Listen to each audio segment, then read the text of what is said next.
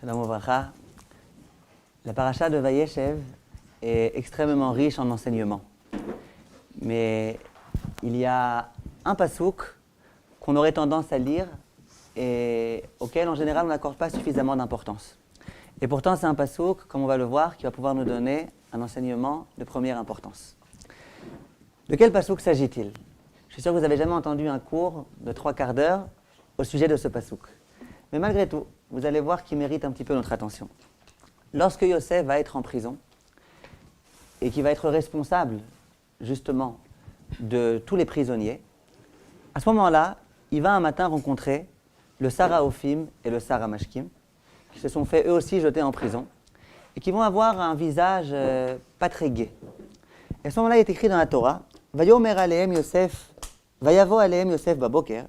Yosef s'est dirigé vers eux le matin, Vayarotam, et il les a vus, Vehinam zoafim, et ils avaient une tête pas très joyeuse. Vaishalet sarise paro, ve asherito bamishmar betadonav lemor, madoua penechem raim ayom. Et donc il les interroge, comment ça se fait qu'aujourd'hui vous n'avez pas l'air d'aller très bien? Vayomro elav chalom chalamnu, etc. Ils lui disent parce qu'on a fait un rêve qui nous angoisse, et la suite de l'histoire est connue. Yosef va être capable de leur donner une interprétation réelle de leur rêve.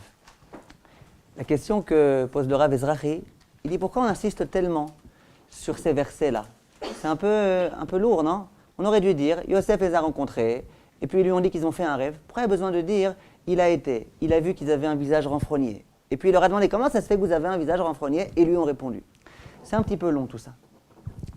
Alors en fait, j'aimerais bien qu'on réfléchisse à l'une des mitzvot qu'on accomplit au quotidien, et qui est la mitzvah de Sever Panim Yafot, à savoir être agréable à l'égard des gens qui sont autour de nous. Il y a une Mishnah dans Pirkei Avot, dans le Perek Aleph, dans laquelle il est écrit Shammai Omer, Shammai enseignait, Aseh Toratra Keva, fais de ta Torah la chose principale. Tu veux faire autre chose autour? Tu peux, mais que l'essentiel de ta vie ce soit la Torah. Emor Meat Ve'aseh Arbe, parle peu et agis beaucoup. Et ensuite, il finit Veheve mekabel et kol ha'adam besever panim yafot. Je répète les mots, ils sont importants. Veheve mekabel et kol ha'adam besever panim yafot. Et accueille tous les gens de façon avenante, de façon agréable. Ça veut dire quoi, sévère? Alors, en général, on a l'impression que sévère, c'est l'inverse de sévère panim yafot. Quand on a un visage sévère, c'est pas très sympa. C'est quoi sévère? Dit le Meiri, sévère, ça vient de svirut. Svirut, ça veut dire penser, ça veut dire supposer. Ça veut dire quoi? Lorsque quelqu'un vient me voir, il faut que je lui donne l'impression, que je lui fasse penser que j'attendais qu'une chose, c'était lui. Il arrive le bonhomme, que je lui donne l'impression vraiment, comment tu savais que je t'attendais? Depuis ce matin, j'attendais que tu arrives. Et Baruch Hashem, t'es arrivé. Ça, c'est sévère. Sévère, ça veut dire lui donner l'impression, lui faire penser que c'est effectivement ce que tu étais en train d'attendre, qu'il arrive. Combien c'est l'inverse de ce à quoi on est habitué. Parfois, on dit à quelqu'un, je suis désolé de te déranger. Il dit, bon, ça va, c'est pas la fin du monde. Ça, c'est pas sévère panim yafot. C'est déjà gentil, il aurait pu me dire c'est la fin du monde. Mais c'est pas encore sévère panim yafot. Sévère panim yafot, c'est que je dis à quelqu'un, excuse-moi de te déranger. Il me dit, tu me déranges pas du tout, de quoi tu parles? On raconte qu'un jour, il y avait un médecin qui, en pleine nuit, a été dérangé. À 3h du matin, quelqu'un a tapé à la porte, il y avait une urgence. Le médecin était dévoué, il a vraiment essayé d'aider autant qu'il a pu. Et puis à la fin, la personne qui l'a sollicité, elle lui dit vraiment, monsieur le médecin, je suis désolé, je vous ai dérangé, vous vouliez dormir, je suis désolé. Alors le médecin, il s'est introspecté et il s'est dit, visiblement, c'est que je n'ai pas été assez agréable. Le pauvre, il arrive en pyjama, il venait de se réveiller, mais il dit, visiblement, je n'ai pas été assez agréable. Pourquoi? Si jamais l'autre, il me répète 10 fois, je suis désolé de te déranger, visiblement, c'est que je lui ai donné l'impression qu'il me dérangeait. Et il s'est introspecté, il s'est dit, j'aurais jamais dû faire ça. Un médecin qui à 3h du matin est réveillé, à peine il sait ce qui se passe. En plus, il doit s'occuper du patient. Non, mais il aurait dû être souriant. Et c'est lui-même qui est arrivé à cette conclusion-là. Ça, c'est ce que Chazal attend de nous. Que quand quelqu'un vienne nous voir, qu'on lui dit, tu ne me déranges pas du tout. Moi, je peux vous dire personnellement, on me téléphone souvent avec des questions. Et souvent, les gens qui me téléphonent, surtout quand c'est des horaires assez tardifs ou assez tôt le matin, ils disent, je suis désolé de vous déranger. Je leur dis en général, j'essaye de leur dire en tous les cas, vous ne me dérangez pas du tout. Alors à chaque fois, ça, je me répète un peu, parce que tout le temps, je suis désolé de vous déranger, vous ne me dérangez pas du tout. Ah d'accord, merci. Ça prend en plus un petit peu plus de temps. Ça aurait été plus rapide d'aller à Charlainian, vas-y, accouche comme on dit. Mais non, pas du tout. On pose, on dit clairement à la personne, tu ne m'as pas dérangé. C'est pas. Alors le penser, c'est encore autre chose. Mais Quelquefois on dit non, ça va, c'est pas. Mais alors penser. Alors vous avez raison, penser, c'est encore une autre dimension, on va y arriver. Mais dans un premier temps, on ne me demande pas maintenant de penser ou pas penser, on me demande autre chose. On me demande, donne l'impression à la personne que tu as face à toi, qu'elle ne t'a pas dérangé. Voilà ce que Chazal nous demande. Pourquoi ? Je ne parle pas d'hypocrisie. Non, ça va montrer à l'autre quelque chose qu'on ne pense pas réellement. À nous, je ne parle pas d'hypocrisie. Mais ça veut dire, en général, les gens, ils ne nous dérangent pas, mais nous, on leur donne l'impression qu'ils nous dérangent. C'est dommage. En général, on veut se la jouer. Je vais en revenir à ça, Bezrat Hashem. Mais en tous les cas, non. Ce qui nous est demandé, bien sûr, ce qui nous est demandé, c'est d'essayer de travailler sur notre Ben Adam Lachavero au point qu'on n'ait pas l'impression que les gens nous dérangent. Mais en tous les cas, leur donner cette impression. Non, en fait, ils ne nous dérangent pas, mais on est occupé, par exemple. Alors voilà. C'est pas qu'on est dérangé dans le sens je m'embête, c'est pas ça. Alors voilà. Alors moi, je suis de Chita, qui vaut mieux dire à quelqu'un, je suis désolé, je préfère que tu me rappelles dans 1 heure, et là, j'aurai tout mon temps pour toi, plutôt que maintenant ne pas lui dire ça et lui montrer qu'il me dérange. Ça, c'est fréquent. Les gens, ils appellent, on est en train de faire 1000 choses en même temps. Je préfère dire, rappelle-moi dans 1 heure, comme ça j'aurai tout mon temps pour toi. Et à ce moment-là, j'essaye d'avoir tout mon temps. Comprenez la notion. Et ce n'est pas de la tzidkout, c'est ça que je veux vous dire. Sinon, je ne me serais pas permis de vous dire. Quand je dis à quelqu'un, tu ne me déranges pas, vous allez voir, c'est ce qu'on va essayer d'expliquer, ce n'est pas de la tzidkout, ce n'est pas de la chassidoute. Mais on va y arriver. C'est qui les personnes qu'on doit accueillir de façon tellement sympa ?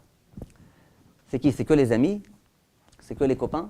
C'est qui ces personnes-là qu'on doit accueillir de façon tellement agréable ? Kol Adam. Créer un Mishnah, Eve Mekabel et Kol Adam. C'est qui Kol Adam ? C'est même les gens qui sont lourds et saoulants. C'est qui est Kol Adam ? C'est même les gens desquels on n'attend aucun retour. C'est qui Kol Adam ? C'est toutes les personnes qu'on puisse s'imaginer ou qu'on ne peut même pas s'imaginer. Lorsque ces personnes-là viennent me voir et qu'elles ont besoin de moi, il faut que j'essaye, dans la mesure du possible, de leur faire le sourire, d'être avenant, d'être agréable. Plus que ça, vont dire Chazal, on a un principe, parce que quand il y a écrit Ha-Adam, ça fait allusion aux non-juifs. Quand on dit Adam, ça peut être des juifs, des non-juifs. Quand il y a écrit Ha-Adam, il y a un Tosfot qui dit explicitement que ça parle des non-juifs. Donc même le non-juif qui vient me voir, il n'a déjà plus aucun rapport avec moi, ce n'est pas mon frère, ce n'est pas quelqu'un de mon peuple. Et bien malgré tout, même celui-là, il faut que j'essaye de l'accueillir de façon agréable, comme on dit dans la Gemara, dans des Tanaïm, que lui, il avait l'habitude de dire bonjour à tout le monde, même aux non-juifs, et il devançait le bonjour aux non-juifs. Hein ? Alors voilà ce que Chazal nous enseigne. Veve mekabel et kol ha'adam besever panim yafo. Donc si on résume, l'exigence de Shammai est une exigence assez importante. Il faut à n'importe quel moment, avec n'importe qui, essayer d'être agréable et essayer de montrer que tu ne m'as pas du tout dérangé. Si vous voulez un exemple parlant, j'espère que ça ne la dérangera pas, quand parfois j'appelle Madame Journeau parce qu'on doit organiser quelques petites choses sur le cours. Alors je l'appelle, j'ai peur de la déranger. Ah, bien sûr, je lui dis j'espère que je ne vous dérange pas, etc. Et puis à la fin, quand je finis, elle me dit merci beaucoup Rav. De quoi merci beaucoup ? C'est moi qui vous ai demandé maintenant un service. Non, merci beaucoup. Ça, c'est une façon de montrer à la personne, sache que si tu avais peut-être l'impression que tu m'as dérangé, tu ne m'as pas dérangé. Madame Essika aussi, quand elle organise le cours à chaque fois, aujourd'hui là, je l'ai appelée à je ne sais pas quelle heure pour qu'elle envoie les messages. Elle me dit merci beaucoup Rav. De quoi merci beaucoup ? C'est moi maintenant qui t'ai dérangé. Réponse, ça c'est sévère panim yafot. Montrer, donner l'impression à la personne qu'elle ne nous dérange pas. Et si ce cours Baruch Hashem il réussit bien, vous savez bien que ce n'est pas grâce à moi, c'est grâce aux organisatrices, à Madame Journeau, à Madame Messika, à vous toutes. Parce que c'est sur ces bases-là que la Torah doit être enseignée. Des bases de sévère panim yafot. Si on s'interroge malgré tout, l'auteur de la Mishnah, de cette Mishnah, c'est a priori un auteur qui ne convient pas du tout avec l'enseignement qui a été donné. L'auteur de la Mishnah, c'est Shammai. Shammai, on le connaît dans la littérature talmudique, comme on dit. On le connaît comme étant un homme pointilleux, intransigeant, sévère. Pas sévère, pas faute du tout, sévère, austère. Et puis quand on étudie la Gemara, on voit plusieurs histoires que Shammai, ce n'était pas quelqu'un qui était très sympa, très souriant, très agréable, mais pas du tout. Hillel, lui, oui. Hillel, c'était l'homme qu'on ne pouvait pas mettre en colère. On pouvait essayer par tout type de technique de le mettre en colère, aucune chance. Mais Shammai, il ne fallait pas exagérer avec lui. Et qui est l'auteur de la Mishnah ? Eve mekabed kol adam et sever panim yafot. On se serait attendu à ce que ce soit Hillel, pas Shammai. Et pourtant, l'auteur de cette Mishnah, c'est Shammai. Alors, pour essayer de comprendre comment ça se fait que c'est Shammai qui nous a donné cet enseignement-là, il faut réfléchir un petit peu à cette dimension-là, qui est celle du sévère panim yafot. Ce que Shammai nous demande ici. Généralement, on a l'impression que lorsqu'on vient faire du chesed avec les gens, l'essentiel, c'est le résultat. Avoir fait du chesed, avoir donné de l'argent à un pauvre, avoir prêté de l'argent à quelqu'un qui en a besoin, avoir été rendre visite à un malade. Et on a l'impression que si on le fait avec le sourire, alors c'est encore un petit peu mieux. On parfait un petit peu notre mitzvah. Mais si on occulte complètement cette dimension de sévère panim yafot, c'est pas grave, on a quand même accompli la mitzvah. Il faut savoir que c'est complètement faux. Il y a un enseignement dans le Avot des Rabbi Nathan, l'un des textes de l'époque de la Mishnah, dans lequel il est écrit la chose suivante. Écoutez bien parce que les mots ils sont très parlants. Ve'eve mekabel et kol ha'adam besever panim yafot. Lorsqu'on nous demande dans la Mishnah donc de Avot d'accueillir chaque personne de façon agréable. Ketzad, ça signifie quoi? Melamed, ça vient nous enseigner. Sheim natan adam lachavero, kol matanot tovot shebaolam. Que quand bien même une personne aurait donné à son ami tous les meilleurs cadeaux du monde, ou panav kvushim baaretz, mais qu'il les a donnés en faisant la tronche, ma'ale alav hakatuv keilu lo natan lo klum.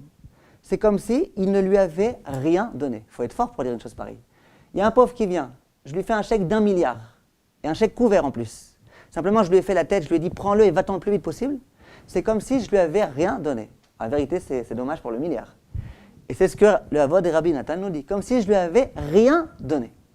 Continue Avot des Rabbi Nathan et dit Aval, amekabet ravero besever panim yafot. Par contre, si jamais j'accueille l'autre de façon avenante, afilu lo natan lo klum, même si je lui ai rien donné. Vous voyez les extrêmes, hein? Ma'ale alav hakatuv keilu natan lo kol matanot tovot shebaolam. La Torah, elle considère la chose comme si je lui avais donné les plus beaux cadeaux du monde. Donc un pauvre vient, j'ai pas d'argent à lui donner. Je lui dis, je suis désolé de te demander pardon, j'ai pas d'argent à te donner. Je peux peut-être te donner quand même un petit verre d'eau. Et s'il me dit non, ou qu'il me dit oui, peu importe. Moi j'essaie d'être agréable avec lui. Je lui ai montré que je partage sa souffrance, que si je pouvais, je lui aurais donné. Là vraiment, je peux pas. C'est comme si je lui avais donné 1 milliard. Qu'est-ce qu'on voit de là? Et le Shach, l'un des plus grands décisionnaires, le Shach dans Ilchot Tzedaka, il est posé que ça. Il dit, sachez bien que si je donne la Tzedaka à quelqu'un en lui faisant la tête, c'est comme si je ne lui avais pas donné le Tzedaka. Qu'est-ce qu'on apprend de là? On apprend de là qu'au-delà de l'acte lui-même, qui est un acte sublime, de donner la tzedaka à quelqu'un, il y a autre chose. Il y a l'impression que je donne à cette personne-là. L'état d'esprit dans lequel j'accomplis cet acte-là. Et l'acte tout seul, sans cet état d'esprit-là, il peut être complètement disqualifié. Un grand chidouche. Appréciez ici la beauté de la Torah. Personne n'aurait osé dire une telle chose. La Torah, elle ose le dire. L'intention, c'est quelque chose de tout à fait capital dans toutes nos relations qui concernent l'autre. Il y a une Gemara aussi dans Kiddushin qui va dans le même sens. La Gemara, elle dit Yesh ma'achi le'aviv pisyoni vetordo min ha'olam. Il peut y avoir un fils qui donne à manger à son père du pisyoni. Pisyoni, on va dire, c'est de la boutargue. Pisyoni, on peut dire que c'est du caviar, là, des trucs qui coûtent super cher. Je peux donner à manger à mon père les aliments les plus bons, qui coûtent le plus cher, vetordo min ha'olam. Et malgré tout, au moment où je fais ça, eh ben, je m'écarte du olam haba. Par contre, veyesh matrino barechaim venochel olam haba. Il y a des gens qui, au contraire, disent à leur père, papa, tu peux m'aider s'il te plaît à moudre la farine? Et ce faisant, on a le droit au olam haba. Ça veut dire quoi? Le Yerushalmi explique et il dit la chose suivante. Il dit, imaginez que j'ai de l'argent et j'ai envie d'honorer mon père. Mon père, il vient à la maison, j'ai une belle maison, et puis je lui donne vraiment des plats très raffinés. Et mon père, à un moment donné, il me dit, écoute, fiston, d'où t'as tout cet argent-là? Et moi, je lui dis, écoute, Pépé, ça bas écrit là-bas. Écoute, Pépé, arrête de poser des questions. Pépé, arrête. Il y a écrit, je lui ai donné des bons plats, mais je n'aurai pas le droit au olam haba. Pourquoi? Parce que tu méprises ton père. Maintenant, il y a un autre cas. C'est un cas où mon père est chez moi à la maison, j'ai pas beaucoup d'argent. Pour assurer la parnassa de ma famille, je suis obligé de moudre du blé. C'est mon travail. Et un jour, il y a le roi qui revient à la maison et qui dit, on a besoin d'un volontaire. Monsieur Untel, venez, vous êtes volontaire pour venir travailler chez le roi. Maintenant, à cette époque-là, au moment où on allait travailler chez le roi, on n'était pas sûr de revenir en bonne santé, on n'était pas sûr de revenir du tout. Le fils, à ce moment-là, dit à son père, écoute papa, j'ai pas envie que tu ailles toi, je vais aller moi à ta place. Simplement, je te demande, regarde, il faut se préoccuper de la parnassa de la famille. Est-ce que tu peux être gentil, papa, et t'occuper toi-même de moudre le blé? Au moment où je demande ça à mon père, là, j'ai le droit au lamaba. Ça veut dire quoi? Ça veut dire que ce qui est important, ce n'est pas ce que je rentre dans la bouche de mon père. Ce qui est important, c'est l'impression que je lui donne. Ce qui est important, c'est la relation que j'ai avec lui, l'honneur que je lui accorde.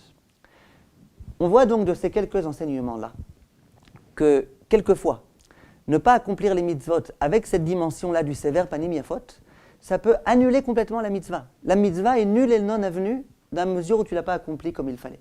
Je vous l'ai amené avec des preuves. Ce n'est pas mes enseignements à moi, c'est des enseignements des textes de Chazal. Comment ça se fait? C'est parce que ce dont les gens ont besoin, beaucoup plus que d'argent, beaucoup plus que de pissionnies et de boutargues, de ce que vous voulez, c'est de considération. Les gens ont besoin de considération. La chose qui leur est le plus important, c'est la considération. Quand je viens voir quelqu'un et que je lui dis « Regarde, tu es important, je t'ai en estime, je t'apprécie, je sais que tu es intelligent, je sais que tu vas pouvoir m'aider, pas simplement parce que tu as de l'argent ou pas simplement parce que tu es beau gosse, mais parce que tu es quelqu'un d'important, tu es quelqu'un qui a travaillé sur tes midotes. » Quand je donne de la considération à quelqu'un, à ce moment-là, l'autre, il se sent honoré. Et c'est ce que les gens cherchent. Il y a des gens qui travaillent, par exemple, dans un endroit où ils sont très bien payés. Simplement, au bout de quelques semaines, ils démissionnent. Comment ça se fait? Parce qu'on ne leur donne pas de considération. Sans arrêt, on leur crie dessus, et on n'est jamais content du travail qu'ils font, et ils s'en vont, ils sont mécontents. Ils vont trouver un autre travail où ils sont payés la moitié du salaire, mais ils sont super joyeux. Pourquoi? Le patron, tous les jours, il leur fait des sourires, il leur propose un café de temps en temps, il leur montre combien ils travaillent bien, combien ils sont satisfaits. Comment ça se fait? Parce que ce qui nous intéresse à nous, la chose la plus importante, plus que l'argent, c'est la considération qu'on nous donne. Je me rappelle que quand j'étais au collège, dans un collège, il y avait beaucoup d'avrechim. Et vous savez, dans un collège où il y a beaucoup d'avrechim, souvent il y a des pauvres qui viennent. Toutes les 10 minutes, il y a un pauvre qui vient et qui mendie. J'avais une chavruta, il était beaucoup plus âgé que moi, et c'était un grand tzaddik. Et je me rappelle quand on était en train d'étudier, et qu'on était avec une question sur un texte qui était problématique, énigmatique, difficile, et qu'il y avait un pauvre à ce moment-là qui passait, il me disait, je vais lui demander à lui ce qu'il en pense. Alors le bonhomme, il venait pour mendier, et lui disait, regarde, là, tu vois dans Tosfot la réponse de Rabbeinu Tam, tu peux m'expliquer, s'il te plaît, j'arrive pas à comprendre. Et moi, je me disais, ouais, le pauvre, là, il est pas du tout dans la sougia, machin. Mais lui, il disait, non, il commençait à être mitpalpel avec le pauvre qui venait, il essayait de le rentrer dans la sougia, et puis il lui demandait qu'il nous explique. Je trouve que c'est fabuleux. Ça veut dire, quelqu'un vient, au lieu de lui montrer avec condescendance, regarde, c'est moi le donateur, c'est toi celui qui reçoit, au contraire, viens m'aider, regarde, je suis embêté, là, ça fait 1 heure que je suis en train de me casser la tête sur ce Tosfot, peut-être tu pourras m'aider. Ça, c'est donner de la considération à la personne. Et même si ensuite tu ne lui as pas donné un sou, c'est pas grave. Cette considération-là qu'il lui a montrée, c'était la chose qui était la plus importante. C'est la raison pour laquelle, lorsque on a quelqu'un face à soi, ça peut être un pauvre, ça peut être tout le monde est pauvre, tout le monde a besoin un petit peu de considération. Quand on a quelqu'un qui vient face à soi, l'impression qu'il faut qu'on lui donne, c'est combien tu es important. Que ferait-on sans toi? Amusez-vous parfois, dites à vos amis, qu'aurait-on fait sans toi? Ça flatte de façon phénoménale la personne. Et si vous le pensez en plus, bien évidemment, c'est fou ce que ça peut apporter. Ça, c'est ce que Chachamim nous enseigne. Il faut donner aux personnes qui sont avec nous de la considération. Dans la mesure où on leur donne de la considération, on leur a tout donné. Dans la mesure où on n'a pas donné de considération, on n'a rien donné. Mais si on essaye d'aller encore un petit peu plus loin, Chazal nous disent que cette considération-là qu'on donne à la personne, ce n'est pas simplement un concept philosophique, c'est une véritable réalité. À tel point que si je prive une personne de cette considération, c'est comme si je l'avais volée. La preuve, il y a une Gemara dans la Masechet Brachot d'Avav, dans laquelle il est écrit Amar Apchelbo Amar Ravuna, Kol sheyodea bechavero shuragil iten lo shalom, yagdim lo shalom, vimnatan lo velo erzir, nikra gazlan. Il y a écrit que si jamais je donne le bonjour à quelqu'un et qu'il ne me l'a pas rendu, c'est comme s'il m'avait volé. Les mots sont mesurés dans la Gemara. Quand il y a écrit gazlan, ça veut dire un voleur. J'ai dit bonjour à quelqu'un et il ne m'a pas rendu, eh bien il m'a volé. Ça veut dire quoi il m'a volé? Et Rashi explique là-bas, la Gemara rapporte un pasouk dans lequel on dit ils ont volé le pauvre. Alors la Gemara elle dit c'est quoi voler un pauvre? Le pauvre on n'a rien à lui voler. Tu veux me dire voler un riche, d'accord, mais c'est quoi voler un pauvre? Et la Gemara elle dit oui, le pauvre c'est vrai qu'il n'a aucun bien matériel qu'on peut lui voler. Mais il a une chose qu'on peut lui voler, c'est sa dignité. La seule chose qui lui reste c'est sa dignité, son honneur. Si jamais même ça je ne lui donne pas, je suis un voleur. J'ai volé le pauvre. Quand je dis bonjour à quelqu'un et qu'il ne me répond pas, la Gemara, elle dit « je suis un voleur ». C'est faux jusqu'où ça va. Ça veut dire que moi, je pensais que de ne pas lui dire bonjour, de ne pas lui faire le sourire, de ne pas lui montrer toute ma considération, je pensais que c'était juste, bon, je n'ai pas fait ce que j'aurais dû. Non, tu es un voleur. Ça veut dire que quand il y a un pauvre qui vient, pour reprendre cet exemple-là, et que je lui ai fait un chèque d'1 milliard, simplement je ne lui fais pas de sourire, non seulement je ne lui ai pas donné ce milliard, ce n'est pas considéré comme étant de la tzedaka, mais en plus je l'ai volé. Pourquoi je l'ai volé ? Je lui ai volé sa considération. C'est faux jusqu'où ça va. Mais c'est la vérité de la Torah. Quelqu'un me téléphone et je fais exprès de ne pas lui répondre, et après je ne le rappelle pas, et je le laisse pendant 15 fois m'appeler et je ne lui réponds pas, alors que je pourrais lui répondre, je suis un voleur. Voilà ce que Chazal nous enseigne. Si on a bien compris tous ces enseignements-là, on va pouvoir essayer de comprendre ce qui se passe ici. On a posé la question, comment ça se fait que Shammai, qui est l'homme de la rigueur, c'est lui qui nous a donné cet enseignement-là. Tu sais, il faut accueillir chaque personne avec le sourire, avec considération, lui montrer qu'il ne te dérange pas, etc., etc. Comment ça se fait ? C'est quoi la réponse ?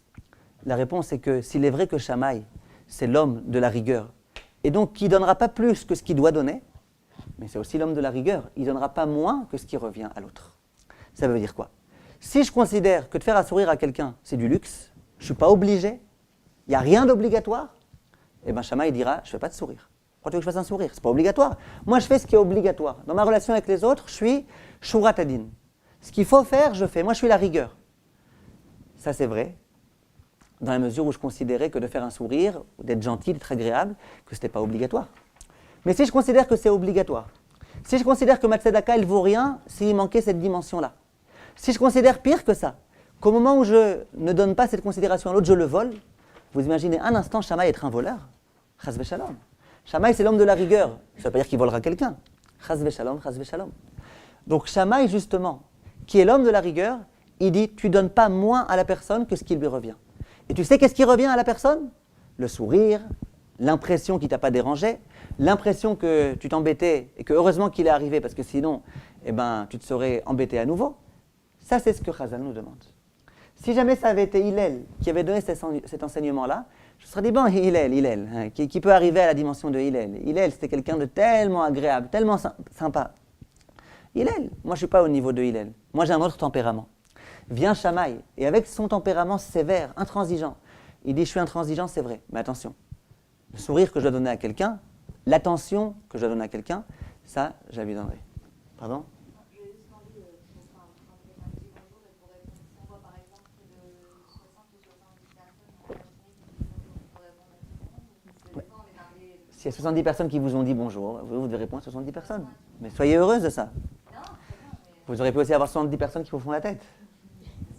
je suis pas heureuse, mais je sais pas s'il faut répondre. Bien sûr, il faut répondre. C'est obligatoire. Si vous êtes chauffeuse de bus, eh ben, chaque personne qui monte, au contraire, vous-même dites shalom, shalom. Et les gens, je crois que ça leur fait plaisir aux chauffeurs de bus quand on leur dit merci, quand on descend du bus et qu'on dit merci, je pense que ça leur fait plaisir. Dans tous les cas, voilà la leçon importante que Shammai nous a donnée. Je ne sais pas si vous connaissez cette coutume. Je ne sais pas si c'est une coutume que Chachamim aime tellement, mais il y a une coutume intéressante. Imaginez que je suis en train de parler avec quelqu'un. D'accord ? Je suis en train de parler avec Joy, par exemple. Et puis d'un coup, il y a mon téléphone qui sonne. Alors je regarde qui est-ce qui m'a appelé. Et puis sans même rien dire à Joy, je réponds au téléphone. Oui, ah d'accord, ouais. Et puis j'ai oublié que j'étais en train de parler avec quelqu'un. Vous connaissez cette coutume ? C'est assez fréquent, hein ? Est-ce que ça, c'est le kavod, la considération que je dois à l'autre ? Alors si vraiment j'ai vu par erreur que c'était ma mère qui était en train de me parler, là effectivement, je dois dire excusez-moi. Pas je laisse tomber, excusez-moi, il y a ma mère qui m'appelle, je dois lui l'honorer. Mais si c'est pas ma mère, et qui m'a demandé Bichal de regarder qui est-ce qui m'appelle, je suis en train de parler avec quelqu'un. C'est pas un chien que j'ai face à moi, c'est un homme, c'est un être humain, c'est quelqu'un qu'il faut honorer. D'accord ? Donc,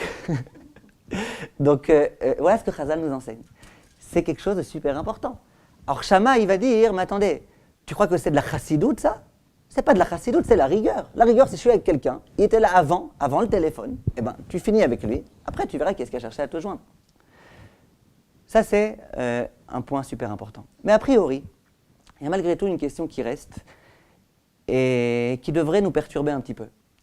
La Gemara raconte qu'il y a 3 personnes qui ont voulu se convertir. Et chacun à son tour est venu se rendre chez Shammai. Shammai était assis avec son visage intransigeant, a priori, sévère, Et voilà que le premier arrive, il se met sur un pied, à cloche-pied, et puis il dit à Shammai, écoutez Shammai, j'aimerais bien que vous m'appreniez toute la Torah, toutes les halachot, et la Kabbalah, et le Chumash, et le Navi, tout, avant que je remette l'autre pied par terre. Et attention, je ne suis pas sportif.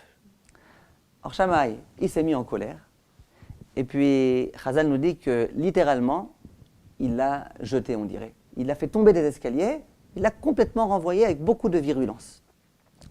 Je ne sais pas si je vous ai déjà raconté cette histoire-là, mais je l'ai beaucoup aimée. On raconte qu'un jour, il y avait quelqu'un qui était invité chez quelqu'un d'autre. Et puis, il commençait à faire un petit peu tard, mais l'invité ne voulait pas comprendre que le maître de maison voulait aller dormir. Vous le connaissez ?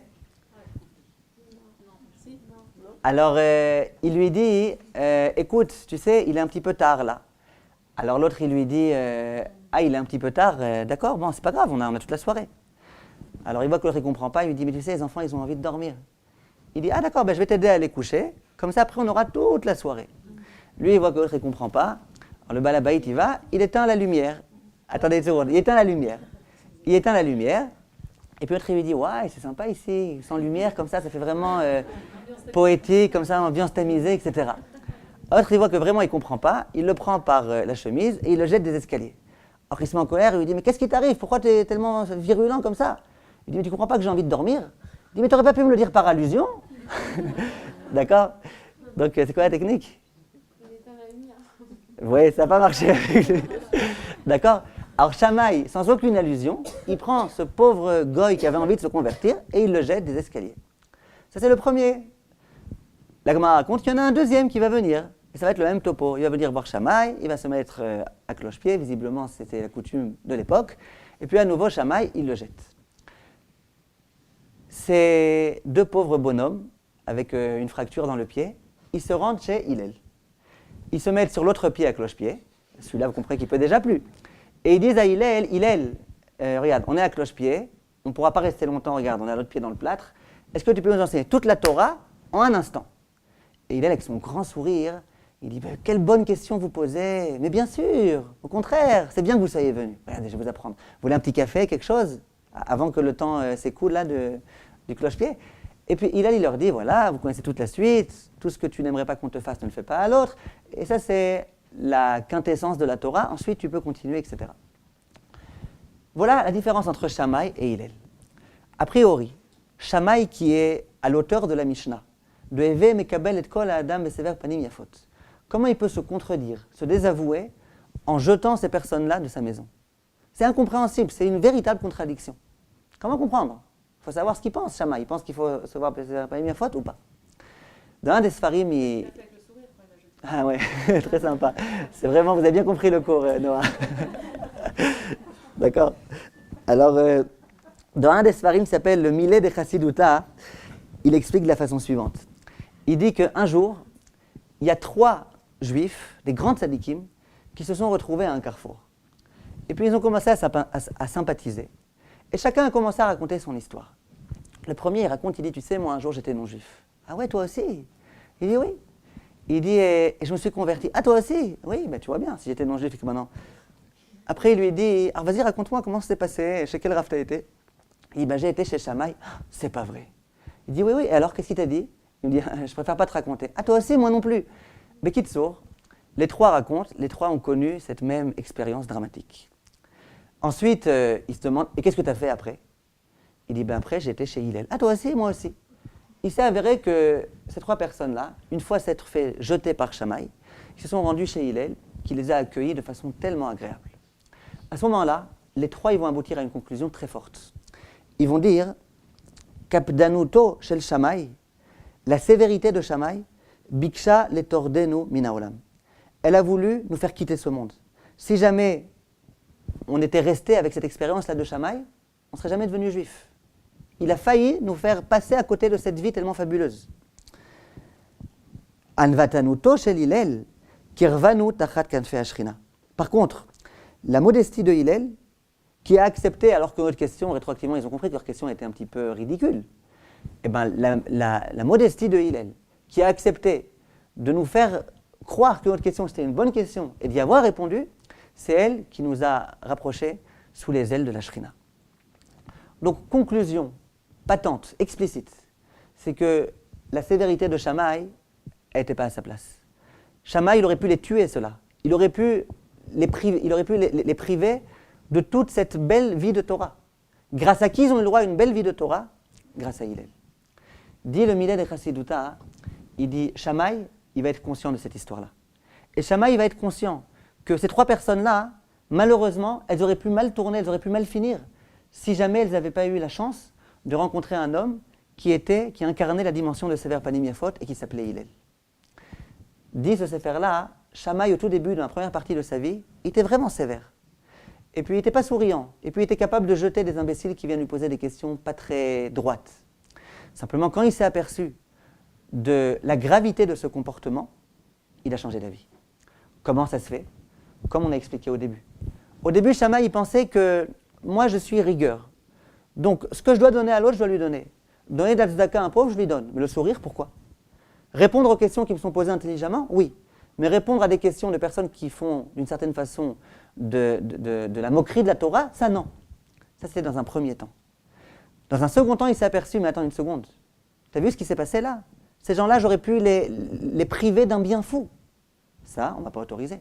La rigueur, c'est ne pas priver les gens de ce qui leur revient. Cette considération-là que j'aurais pu leur donner et qui aurait pu les amener jusqu'où ils sont arrivés aujourd'hui. C'est des grands Talmidei Chachamim, ces gens-là. Ça, je n'ai pas le droit de leur en priver. Et c'est grâce à cette expérience-là, comme ça il va expliquer dans ce livre, que Shammai a abouti à cette conclusion-là.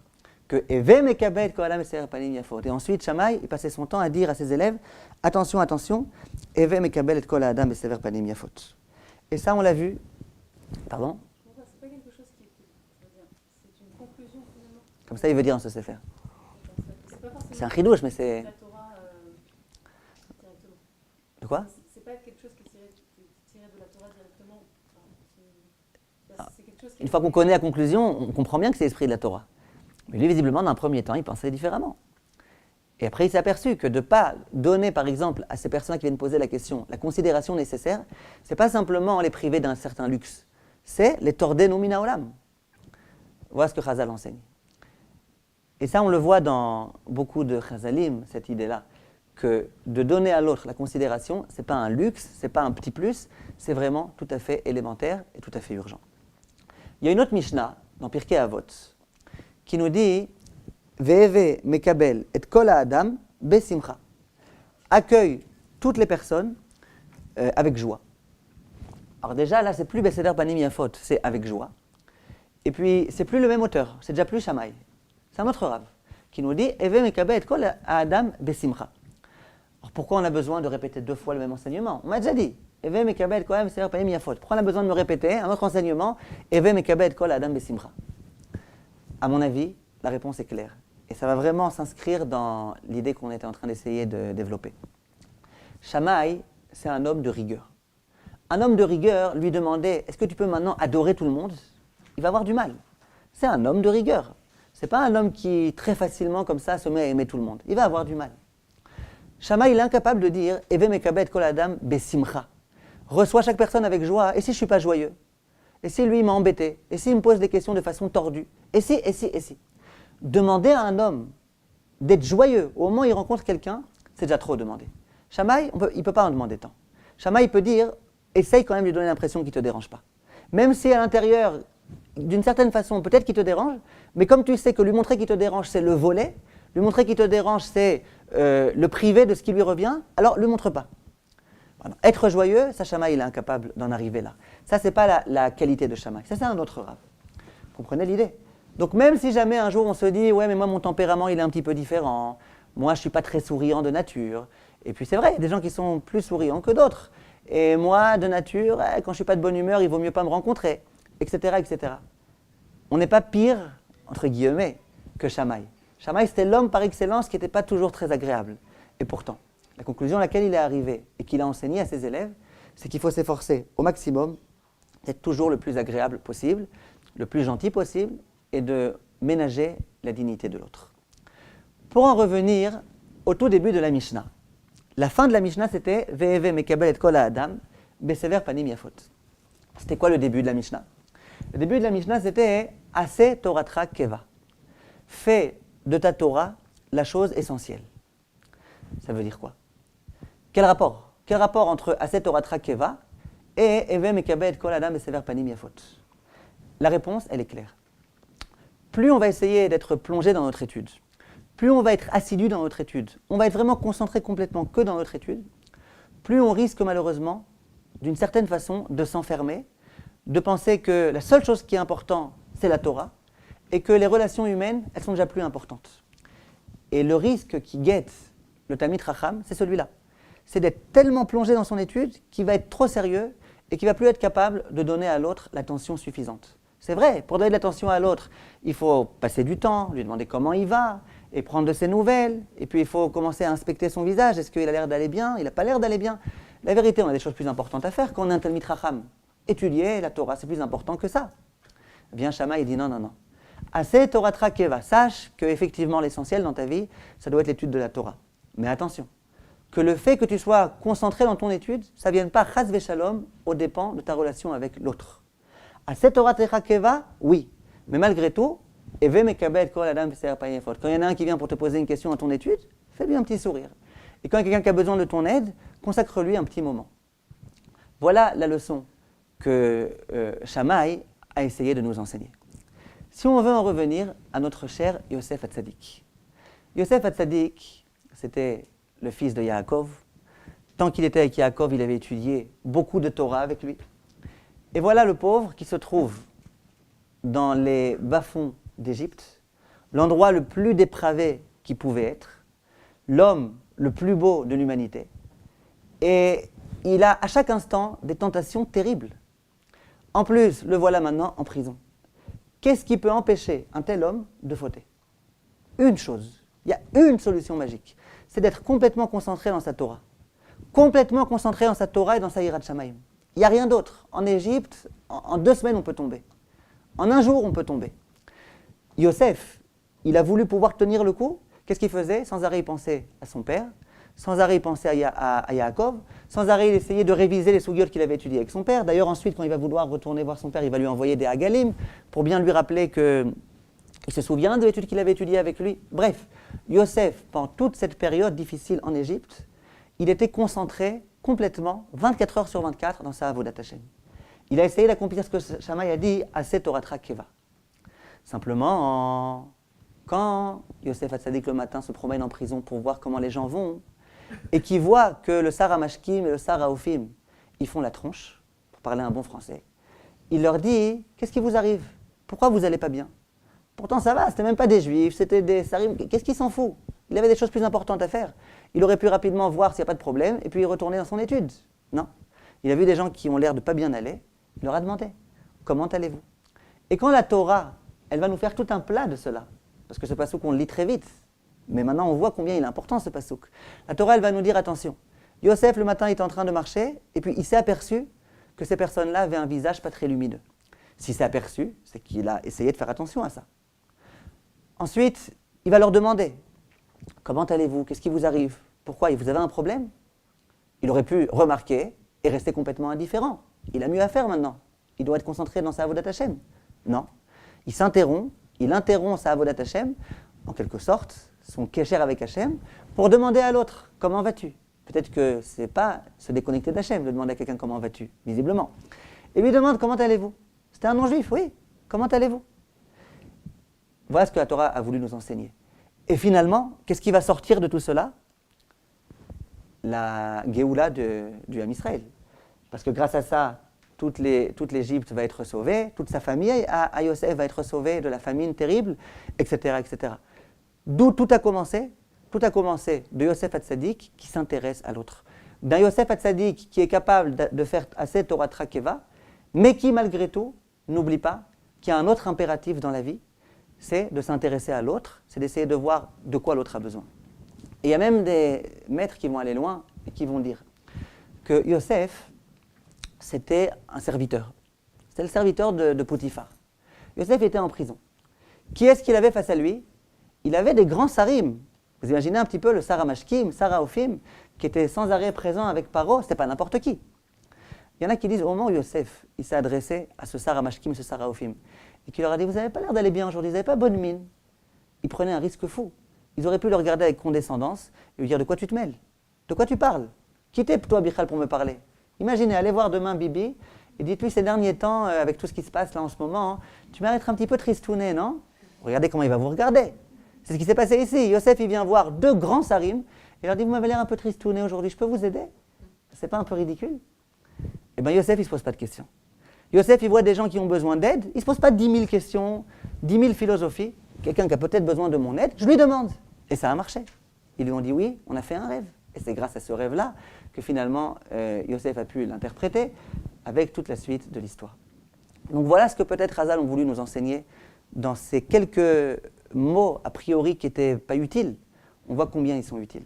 Il faut dans la vie ne pas oublier qu'être un vrai Eved Hashem, c'est être complètement connecté avec Hashem, mais ne pas oublier les gens qui se trouvent avec nous. Donner toute la considération qu'il faut à toutes les personnes qui se trouvent autour de nous. Bezrat Hashem, Yiratzon Sheniske.